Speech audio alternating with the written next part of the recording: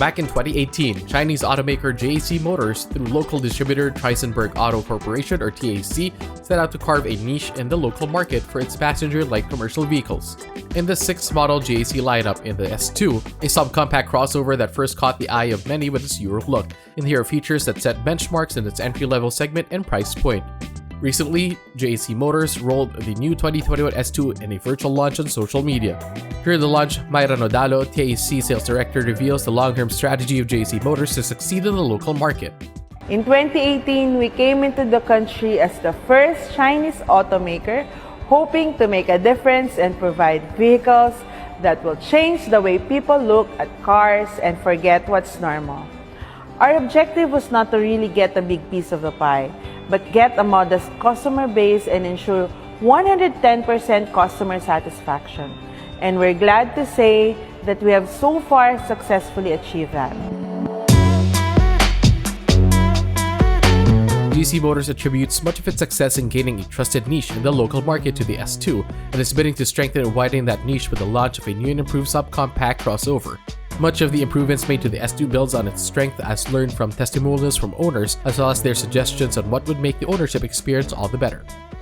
Aside from features that already have been embraced by our existing owners, we have listened to their feedback on what needs to be improved and what we have equipped the new S2 accordingly.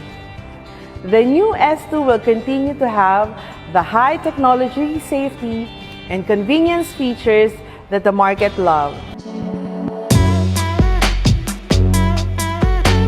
So what do owners like about their JAC S2? Richard Kawang is one of the first buyers of the S2 and has been quite happy with the purchase.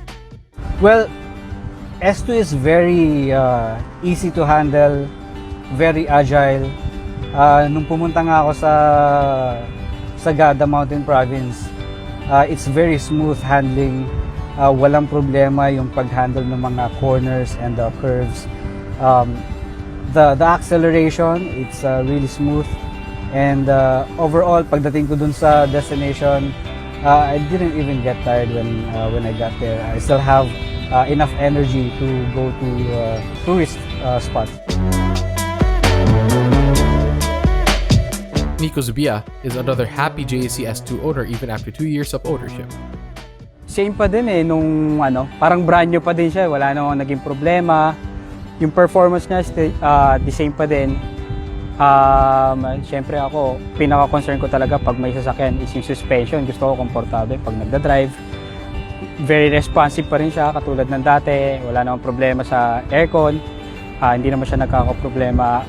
Every time na mainit, tirik yung araw, malamig pa din. Both Nico and Richard were given a chance to see and test drive the new JAC S2 before it was formally launched. So how did they find the new updated JAC S2? And will they think of upgrading? So nung nakita ko yung unit, andun pa din yung angas niya. Siyempre, hindi naman nawala yun. Andun pa din yung, lalo na sa interior, yung feeling na nasa luxury car ka, nandun pa din. Especially yung head unit. Yung talaga pinaka-major change nila. So, ang daming feature na nangyari. And yung shifter nila, may pagbabago din. So, mas na-amaze ako doon. JAC is well known for its affordable price. Diba? Affordable talaga yung nila yung units nila. At the same time, mas ahead sila when it comes to performance, design, features. Yun yung maganda kay JAC Especially the after sales. Yun talaga hindi ka talaga magkakaproblema, hindi sasakit yung ulo mo when it comes to their unit. So yun yung magiging magiging ahead nila compare sa ibang dealer. Talagang yung price range nila, yung iba makukuha mo yung price ng S2 tapos base model ng iba.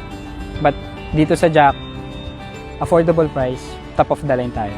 Well, for the new S2, I like the instrument panel, the changes in the instrument panel. Not that the old one is bad or anything like that.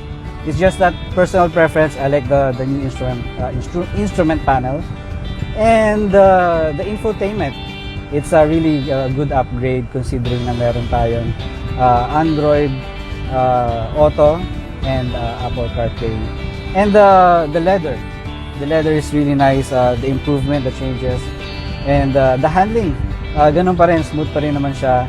The looks, I like the integrated DRL dun sa headlamp compared dun sa old model na nasa lower part lang siya. If you're looking for a car that has a lot of feature yet affordable, JAC S2 is definitely something that you have to consider.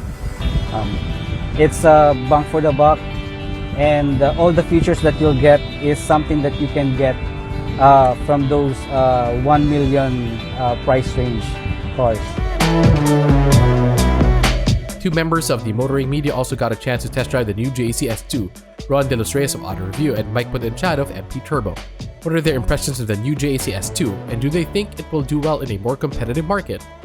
Especially for those who have experienced the performance of the S2, now probably they will trade the older model and go for this one. And this will also attract new buyers because if they compare this with the other models in its class, I think this has a number of advantages. Very European look. I also like the roof rail, especially for small vehicles. This is very practical. Well, Chinese brands have become popular the past several months, and there's a wider acceptance now for cars or crossovers made in China because it's no longer Chinese technology, but they already put in a lot of partnerships with the European brands. During that short time that we drove it, what we were most impressed is one, like you said, the torque. It's better than before. Second, I'm impressed by the brakes. It really gives you very good confidence. You only have to step this much and it stops right away. So I think the four-wheel disc brake really helped a lot. And I think what is also going to be a good one will be the suspension, because it's firm. It's going to be very good for handling if we ever get there, because we know it was already firm before during the ROC. So now it's as firm as before, so it will be good.